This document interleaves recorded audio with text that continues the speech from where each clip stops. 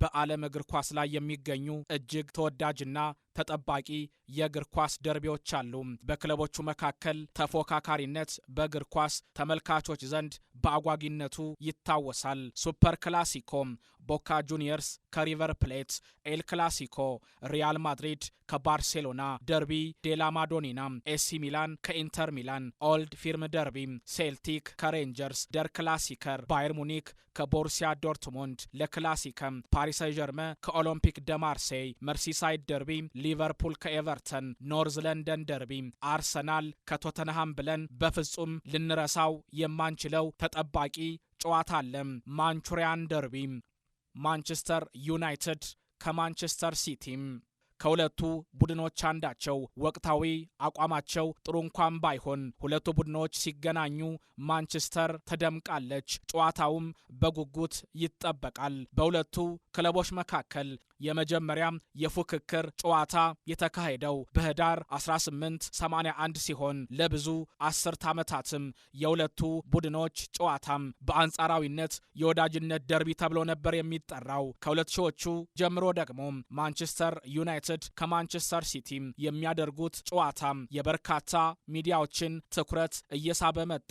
በተለይ በ2010 ማንቸስተር ሲቲ ከፍተኛ በሆነ የፋይናንስ ኢንቨስትመንት ውስጥ መግባቱን ተከትሎ የደርቢ ጨዋታው ወደ ሌላ ምዕራፍ ተሸጋገረም።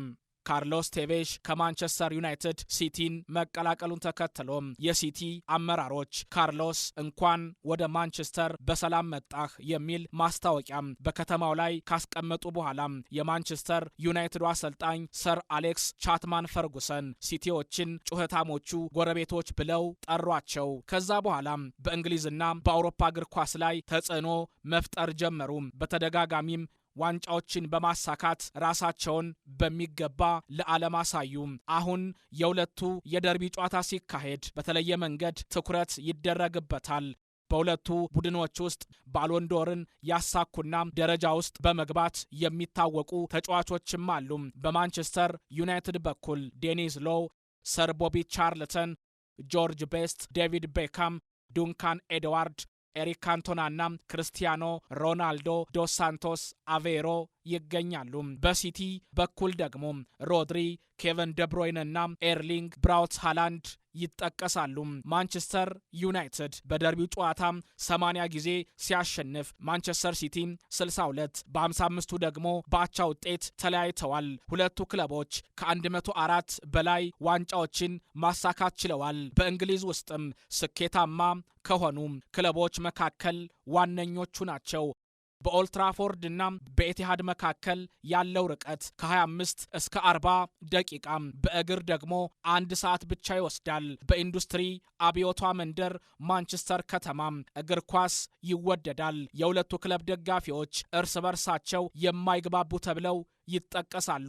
የሲቲ ደጋፊዎች ማንቸስተር ዩናይትድ ሚዲያዎችን የሚጠቀም በዳኞች የሚደገፍ በትዕቢትና በተለየ አካሄድ የሊጉን ዋንጫ በማሳካት የሚታወቁ ብለው ሲናገሩ፣ የማንቸስተር ዩናይትድ ደጋፊዎች የኛ ትልቁ ደርቢያችን እናንተ ሳትሆኑ ሊቨርፑሎች ናቸው፣ ሲቲዎች የነዳጅ ገንዘብን ተጠቅመው ለስኬታቸው መንገድ የፈለጉ ታሪክ የሌላቸው በማለት ይገልጿቸዋል። የሁለቱ ቡድኖች ተቀናቃኝነት ከእግር ኳስም በላይ ነው።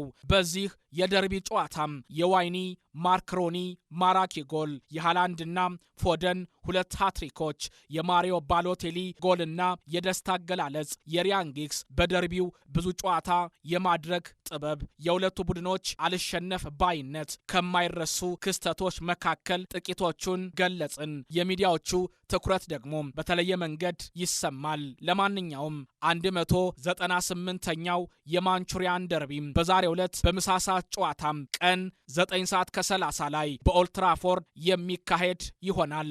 ማን ጨዋታውን ያሸንፋል? ቀዮቹ ወይስ ሰማያዊዎቹ?